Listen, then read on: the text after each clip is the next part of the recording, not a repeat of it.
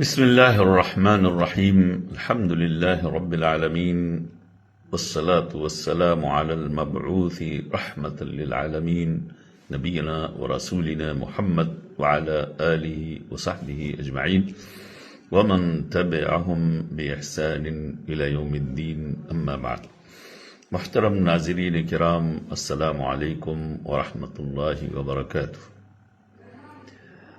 آپ کے سامنے آج میں امت مسلمہ کی مختلف دور کی جو دینی اور ایمانی تاریخ ہے، اس تاریخ پر مشتمل ایک بہت عظیم حدیث لے کر حاضر ہیں۔ اس حدیث میں اس امت کا ماضی بھی مذکور ہے اور حال بھی مذکور ہے اور مستقبل کی بھی پیشین گوئی کی گئی ہے۔ حدیث بہت عظیم ہے، مسلم شریف کی روایت ہے اور راوی حذیفہ ابن الیمان ہے، جن کے بارے میں ان کی سیرت میں، ان کے منقبت میں ذکر کیا جاتا ہے کہ وہ صاحب سر رسول اللہ صلی اللہ علیہ وسلم، کہ وہ اللہ کے رسول صلی اللہ علیہ وسلم کے رازدار تھے۔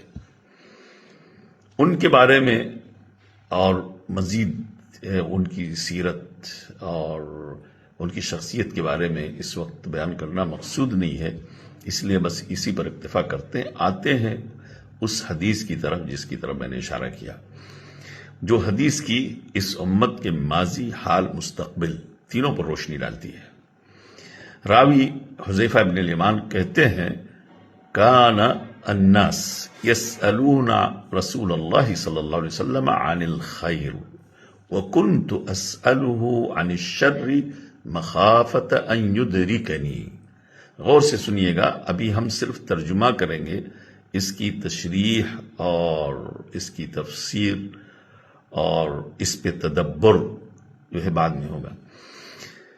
آپ کہتے ہیں کہ لوگ اللہ کے رسول صلی اللہ علیہ وسلم سے خیر کے بارے میں پوچھتے تھے اور میں تو شر کے بارے میں پوچھتا تھا، اس ڈر سے کہ کہیں مجھے شر پکڑ نہ لے یا شر میری زندگی میں آ نہ جائے۔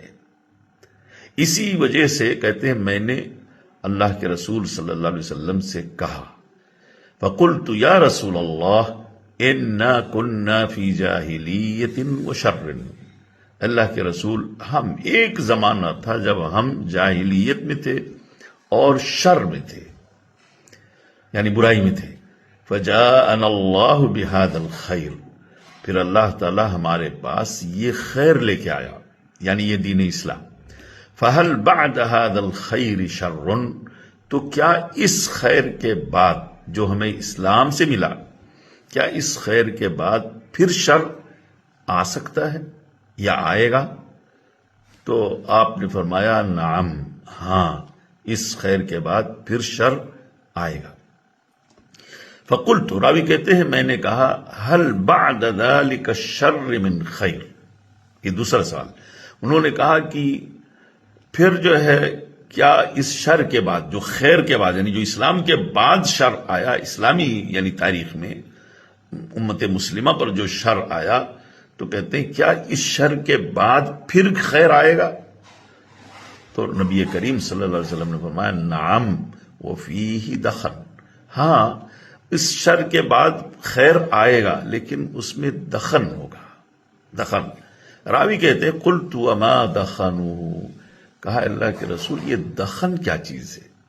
تو آپ نے فرمایا قوم یستنون بغیر سنتی ویہدون بغیر ہدی تعرف منہم وتنکر۔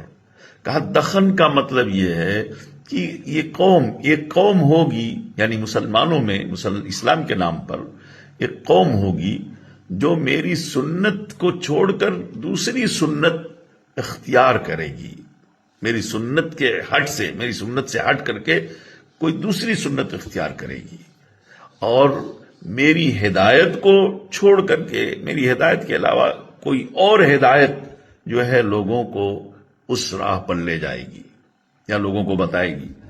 تعرف منہم وتنکر، ان کی ایمانی زندگی، ان کی دینی زندگی کو تم دیکھو گے تو اس میں سے کچھ چیزوں کو جان سکو گے، کچھ چیزوں کا انکار کرو گے۔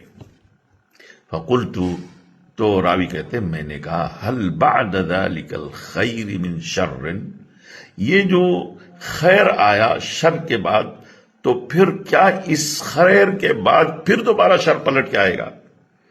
تو آپ نے فرمایا ہاں پھر آئے گا شر. دعات علی ابواب جہنم، وہ شر اس طرح ہوگا کہ جہنم کے دروازوں پر لوگوں کو بلانے والے داعی ہوں گے، بلانے والے لوگ ہوں گے جہنم کے دروازے پر. من اجابہم الیہا قذفوا فیہا، جو لوگ ان کی دعوت وہ قبول کریں گے، وہاں جانے والی یعنی جہنم کی طرف لے جانے والی دعوت وہ قبول کریں گے، تو ان کو اس میں ڈال دیں گے، یعنی جہنم میں ڈال دیں گے. فقلت یا رسول اللہ، راوی کہتے ہیں میں نے کہا اللہ کے رسول صلی اللہ علیہ وسلم صفہم لنا، آپ ان کا وصف ہمارے لیے بیان کر دیجئے، یعنی ان کی صفات بیان کر دیجئے.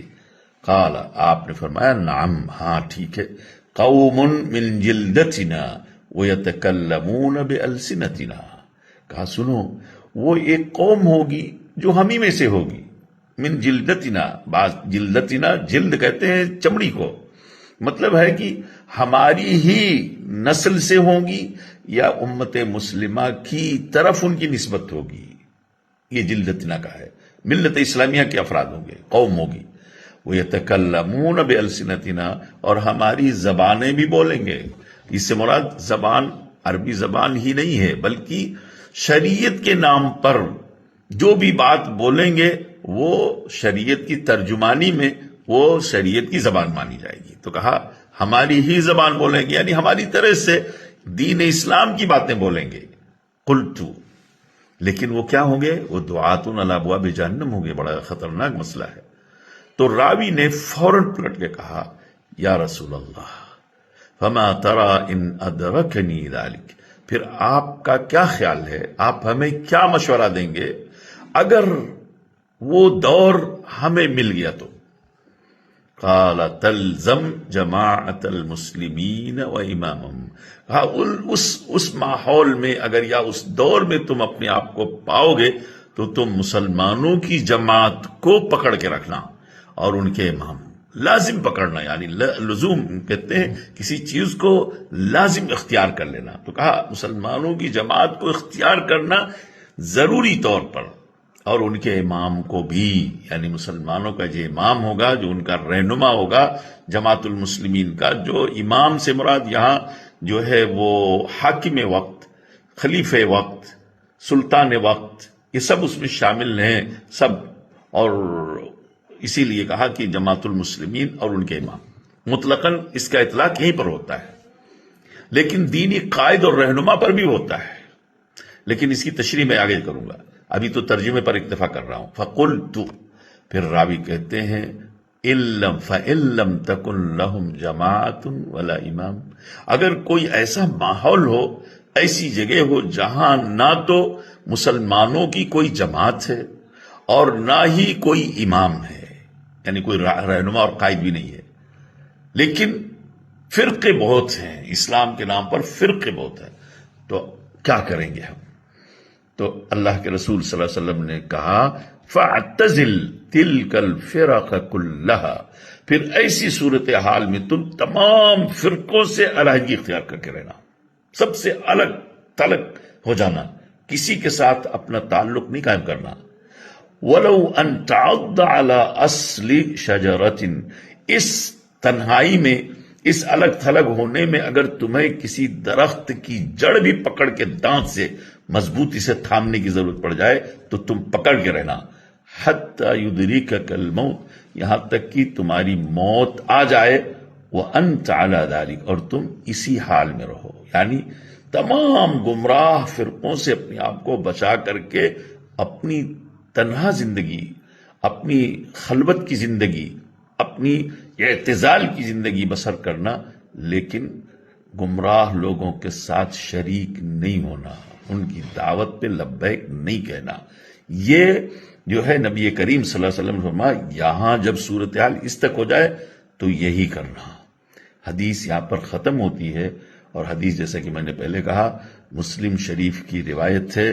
اس کے مسلم امام مسلم کے علاوہ امام بخاری رحمۃ اللہ علیہ، ابو داود، احمد اور دیگر محدثین نے تھوڑے بہت فرق کے ساتھ اس حدیث کو اپنی کتابوں میں ذکر کیا ہے۔ اب اس حدیث کی تشریح اور توضیح ایک لمبا مسئلہ ہے جو ہم کئی قسطوں میں انشاءاللہ اس کی وضاحت کریں گے۔ اس کے ہر ایک جو ہے، ہر ایک جملے کی، ہر ایک فقرے کی یا ہر ایک پوائنٹ کی ہم وضاحت کریں گے انشاءاللہ۔ اللہ تعالیٰ نے اگر توفیق دی تو ہمیں اللہ تعالیٰ سے دعا ہے کہ اللہ تعالیٰ ہمیں راہ حق پر قائم و دائم رکھے اور راہ حق کا داعی بھی بنائے، اور اللہ تبارک و تعالیٰ ہمیں اس لائق بنائے کہ ہم اپنی ایمان اور عمل کی حفاظت کر سکیں، اور اللہ تعالیٰ اپنی توفیق سے ہمیں ہمیشہ نوازتا رہے، آمین۔ والسلام علیکم ورحمۃ اللہ وبرکاتہ۔